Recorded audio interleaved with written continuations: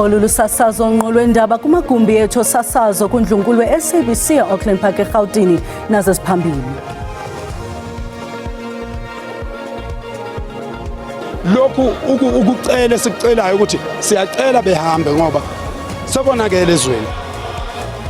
Amakhulu abambe uqhankqalazo evakalisa inxalabo ngokuphuphuma kwabemi bangaphandle kweli ngongekho mthethweni jikelele kweli lizwe. 4th of November 2026 is the date that we have set for the local government elections. Amaqela ezopolitiko asamkela isibhengezo somhla wonyulo lomasipala nolucwangciso lumhla wesine kwinyanga kaNovemba kulo nyaka. Molweni emakhaya, khongozelani uvimba wangokuhlwanje. Ngamakhulu abaqhankqalaza anqawuze kwizitalato zaseGauteng ebonisa inxalabo ngokungena kwabemi bamazwe ngaphandle kweli ngakumbi eGauteng. Abaqhankqalazi banqawuze baya kwiindawo ezifana naseHillbrow naseYeoville. Abaqhankqalazi bathi lixesha lokuba abemi bamazwe ngaphandle abakweli ngaphandle kwemvume baqoqoshe imigodlo yabo bagoduke.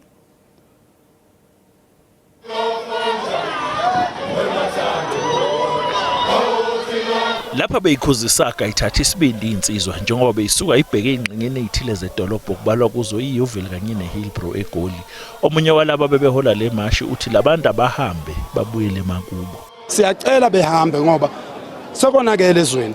Akoni bona kakhulu, kona ngisho ikhulu zethu. Sisacela beqhele. Umhosha odungulwanje umfokandabandaba utshela insizwa ukuthi azithintithe ilwele izwe lazo.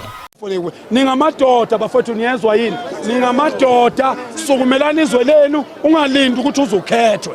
Ungalindi ukuthi uzukhethwa ngoba uyindoda. Omunye besekhaleni lale mashi ungizwe inkosi wakwaMchunu uthi lo mzabalazo wabo noma ungaba mncane kangakanani uzoyithela ithelo.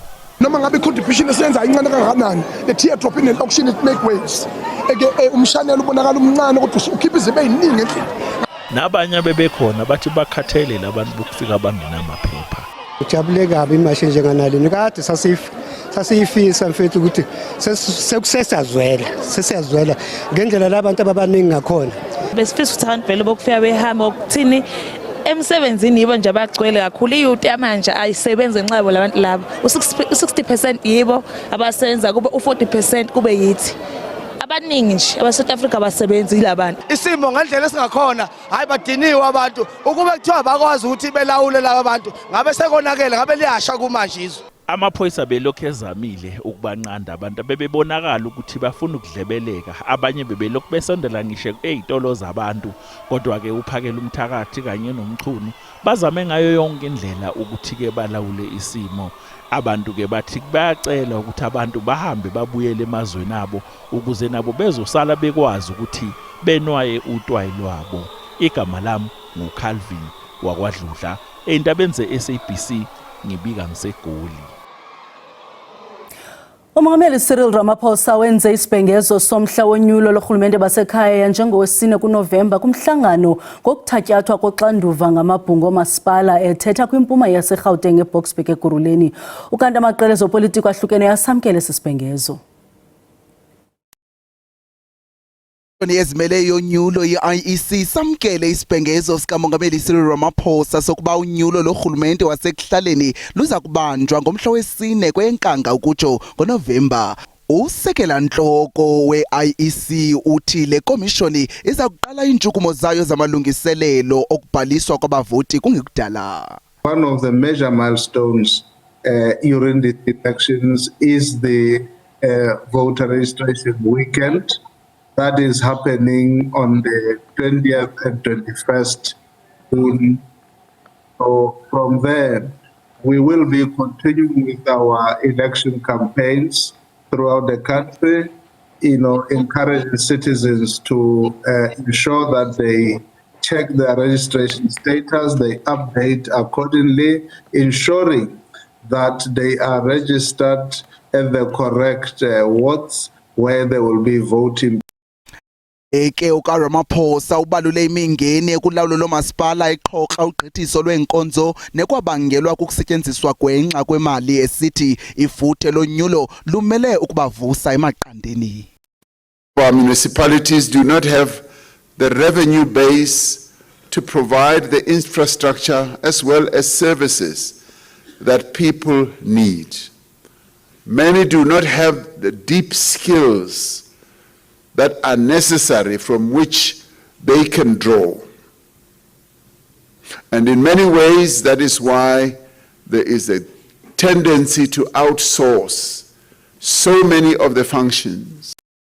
Ndike imo yezopolitiko yeli enophansi phezulu okungaboni ngasonye kwamaqela kuhulumente obambiswano namalungu ajamelene nenkundla kwiikomishoni ezichophela ubulungisa zibeka umbono omxesibe kumdla wokuba luyakuzala nkomoni na olunyulo lwasekuhlaleni ze ezo ziphumo zewubeke phi na umgangatho wemontlalo yabemi beli. Ndimlo Lilitha Ntsundwani kwiindaba ze-SABC eRhawutini. Njengoko besesitshila amaqela ezopolitiko asamkela isibhengezo somhla wonyulo lomasipala nolucwangcisela umhla wesine kwinyanga kaNovemba kulo nyaka. Esi sibhengezo senziwe ngumongameli Cyril Ramaphosa namhlanje. Amaqela ezopolitiko athi lubalulekile unyulo ukulungelelanisa urhulumente basemakhaya konyula inkokheli ezisulungekileyo. Amaqela aphefumle njenje. The DA is ready for the elections. Operationally, our messaging, our candidates, our voter interactions, everything is in place. We already have dozens of mayoral candidates confirmed, and no other party can say that. We've just come out of a very successful federal Congress with new and young leadership. We believe that this is a reasonable date that allows for maximum participation. We must encourage all South Africans, especially first-time voters, to register. And we look forward to a campaign that is devoid of violence, but also where there is going to be freedom of movement and freedom of political activity. We see this as a critical opportunity to reset the state of governance in municipalities. We all know that municipalities and local government is the engine room of South Africa. The country right now is in dire need of change. And the sooner we have the elections, the better. Because the liberation of the people of this country, which is now in their hands, in choosing a government or in entrusting a leadership and a caliber of leadership that can deliver the people of this country. Our first and most important mandate is to make sure that we go and find the people that the IEC has identified that they are eligible to vote, but they are not on the voters' roll. Igosa eliphezulu elinqunyanyisiweyo kumapolisa omasipala ombaxa waseTshwane umnumzana Tshukudu Malachi likuphikile ukuba layalela uMajor Lebogang Phiri ukuba ahlawulele inkonzo zethutyana kwinkampani iGubis 85 Solutions kwithenda eyayinamakhwiniba. Okukuphika kaMalachi kuphekwe kusophulwa kwikomishoni kaMadlanga ngethuba kuvula imbalelwano ye-email ebonisa ukuba ngokwenene wawukhupha lo myalelo nowakhokelele ekubeni isixeko silahlekelwe i-82 million rand kwisithuba senyanga ezintlanu.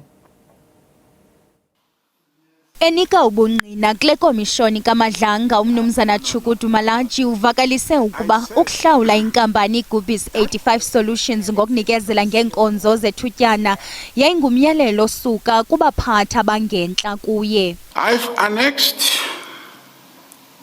proof of requests by the Chief of Police in respect of which requests she was supported by the CFO and the city manager approves. If indeed these ad hoc services were irregular, why would they go as far as requesting money to pay for something that they know upfront this is irregular? Ukanti le ngxelo kaMalachi ayicacisika ukuba kwakuthena zangalandela umyalelo wosekela umkomishinala we-TMPD uRivers Peace wokuba aqhawule isivumelwano sezinkonzo zethutyana nanjengoko oku kwakhokhelele ekubeni inkampani iGubis 85 Solutions ihlawulwe intwenka yemali. I did not carry out the instruction of Commissioner Peace immediately because of the following. The instruction was wide as it included cancellation of ad hoc services which were not affected. That's reason number one. Number two, the instruction was not directed to the initiator of the ad hoc services in question. Ukanti imbalelwano ye-email iye yavumelana nobungqina obuthwethaca nguMajor Lebogang Phiri bokuba ngokwenene wafumana umyalelo uvela kumnumzana Chukutu Malachi. Do you see that in your email you said deployment to these 3 sites, to these 2 sites, was to commence at 1800 hours on that day? Yes, it is my... So you did authorize those deployments? Kulindeleke ukuba le komishoni iqhube kwakhona ngoMvulo. Just the last one, Commissioner.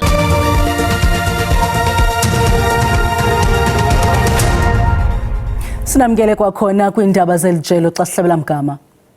Ziphinde zaphanza kwakhona ityeli lesithathu inzame zomculi welikhompo Lihlonolo Shebe Mabhena Chauke zokufumana ibheyile kumantyi wasepulukwane Limpopo. Umantyi Godfrey Nechosi ummalele ibheyile esithi azivakali izizathu zomtyholwa zokufumana ibheyile kwaye azikhontsha phambi kwale nkundla. uShebe Mabhena ujamelene namatyala asithoba aquka ukuzama ukubulala, ukubetha, ukonakalisa nokuba nompu ngokungekho mthethweni. uShebe Mabhena ume emkhumbini ebonakalisa ukuzithemba ezokumamela isigqibo sekundla ngekamva lakhe. Uchithe iholide zehlobo eqamele ngenqindi kwanongqongqo emva kokukhatywa kwesicelo sakhe sebheyile. Uthe ke ekuhambeni kwexesha wafuna igqwetha elitsha uMichael Khumalo ukufaka isicelo sebheyile kwakhona sithi thaca izizathu ezitsha. uKhumalo uxelele inkundla ukuba uShebe Mabhena umele ukunikwa ibheyile ngokukhawuleza kuba walelwa unyango lwagqirha eziseleni. Ebekwafuna nomantyi ukuba athi gubu kucala kwelityala kuba inguye owatyikitya isigunyaziso sokubanjwa kwakhe. Umantyi ke akaxolanga zizathu zomtyhola ekwathi akukho nto intsha abaze nayo. The court is satisfied that the accused failed to discharge the honors, that there are new facts which proves exceptional circumstances which in the interest of justice justify his release on bail. Usihlalo wombutho wamagqirha eLimpopo uthe sisigwebo asinabulungisa. Ukanti ke igunya abantu lezotshutshiso lisamkele isigwebo senkundla sokuzikhaba okwesithathu isicelo sebheyile sikaShebe Mabhena. We welcome the judgment which has been laid down today in the Polokwane Magistrate Court by the presiding officer. Ityala liza kubuyela kwinkundla yenqila esepulukwane ngosuku lwe-15 kuMeyi walonyaka. Kuphononongwa ukusebenza kwenkqubo entsha yobuchwepheshe bebiometric kwiofisi zeSASSA eNtshona Koloni nejolise ekuthinteleni ubuqhophololo nokwehlisa imingcelele. Abasemagunyeni bathabathe amanyathelo wokuhlola igalelo lale nkqubo kwiofisi zaseBellville ezaziwa ngemingcelele emide eKapa. Abasemagunyeni babalule iziphumo ezincumisayo ngobuxhakaxhaka belixesha bokulawula imintyangampo yemigca kwiarhente yokhuselo lwentlalo yeli iSASSA. The new systems that has been in place now that are working, they are assisting us in managing the queues because now we are able to manage a number of beneficiaries at the same time. Lo gama ngaphandle kweofisi zeSASSA ibali labahlali isele lingaginyisi mathe ngcakasana. People sleep over here by SASSA and I had an appointment and they turned me away last week by saying they're going to evacuate the place inside. You must just come, they're going to send you another SMS for another day. Kananjalo iSASSA ikhankanye inkqubela phambili kwizicwangciso zayo zobuchwepheshe. In total, we have 28 fixed sites in the Western Cape, and thus far we only outstanding are 3 sites. So 25 out of those 28 sites has already been rolled out. We are in the process, as we are talking, busy rolling out. The team is currently, some of them are currently in Beaufort West, looking at further rollout of this site.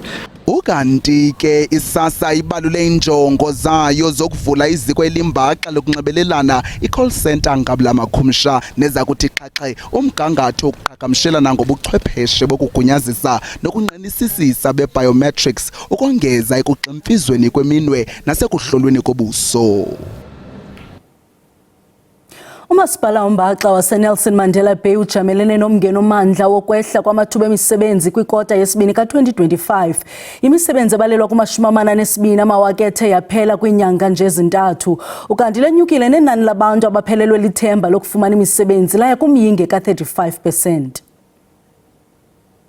Kulo nyaka uphelileyo iGoodyear idende abasebenzi abangama-900. Ezinye iinkampani kuquka umvelisi wemoto iFord Company SA kunye nenkampani yemichiza uAspen Pharmacare nazo ziqale inkqubo yokudenda u-2025. Oku ke kushiye uninzi lombanguza lulambatha lizibuza imibuzo engenampendulo ngokondla iintsapho zalo. Uxalaba libanzi imibutho yabasebenzi iCOSATU uthi ukholelwa ukuba ukuxhasa amashishini asekuhlaleni kunganceda ukwenza ngcono xa kuphela utyalo-mali kumashishini amakhulu.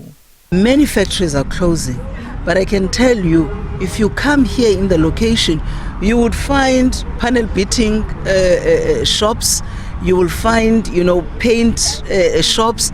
Why are we not allowing those to be formalized? That's an informal economy, but with relevant skills. Let's formalize them.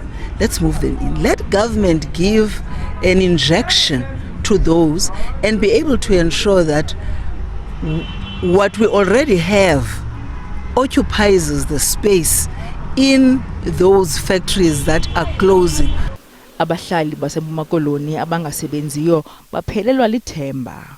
I'm one of the I'm not working and I've got a skill. I'm a meslar, I'm a carpenter, I'm doing everything. You see, but I'm sitting at home. iCOSATU imentla isithi kusekho ubutshivela borhwaphilizo kweli asoze ibekho inkululeko yezoqoqosho kubeni. Ngalo ndlela siuqonqothile uvimba wangokuhlwanje sinikhumbuze zangomso nisiphakelwa ngogxa bethu ngesiZulu. Masinazise amawethu indaba ngomgqibelo ziza kusasazwa ngecala emva kwentsimbi yesine emalanga ngenxa yebhola eza kusasazwa kweli jelo. Kamnandi mawethu.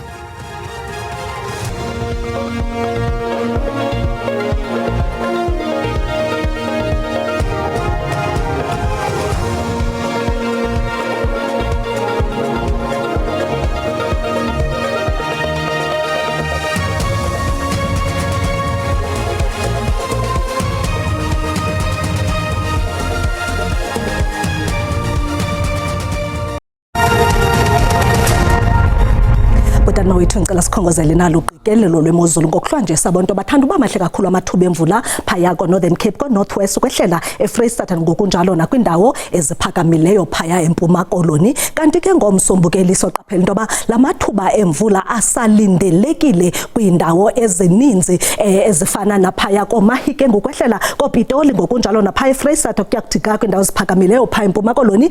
Kungenjalo ngamathutyana nje angephi emvula alindelekileyo kwezinye iindawo. Kanti ke mbukelo yabongozwa into buqaphele kaloku ezandudumo ezimandla ezilindelekileyo phaya eNorthern Cape eNorth West ukwehlela eFreystata ngokuhlwanje ngokunjalo nangomso salindelekile ke mbukeli ezameko. Kanti ke wona amaqondo okutshisa aphantsi asibonisa into yoba phaya eGauteng kulindeleke imozulu epholileyo amaqondo ebetha ku-20 phaya ePitoli ngelixa phantsi ngo-18 eRhawutini. Xa sihlabela mgama sijonga ngomso nakhona ke phaya eLimpopo ndingatsho mbukeli ndithi noko lihle izulu komusina kufudumele ngo-28 ngelixa phaya ePolokwane silindele u-23. Kulo 23 ke naphaya kobilabile kuyakuqhina eMokopane. Mahamba nam ke mbukeli sijonge into yoba izinto zime njani naphaya eMpumalanga. Thanda baphantsi amaqondo kwindawo ezininzi phaya eMpumalanga. Siyabona kaloku la 18 phaya eMashishini ngokunjalo naseMalahleni kanti kaphinda thathisa amaqondo kufudumale ngo-26 phaya eMbombela. Ukuba ke wena mbukeli uKwaZulu Natal lindela imozulu entle kufudumele ngo-25 phaya eVryheid ngelixa eMpangeni nako-Richards Bay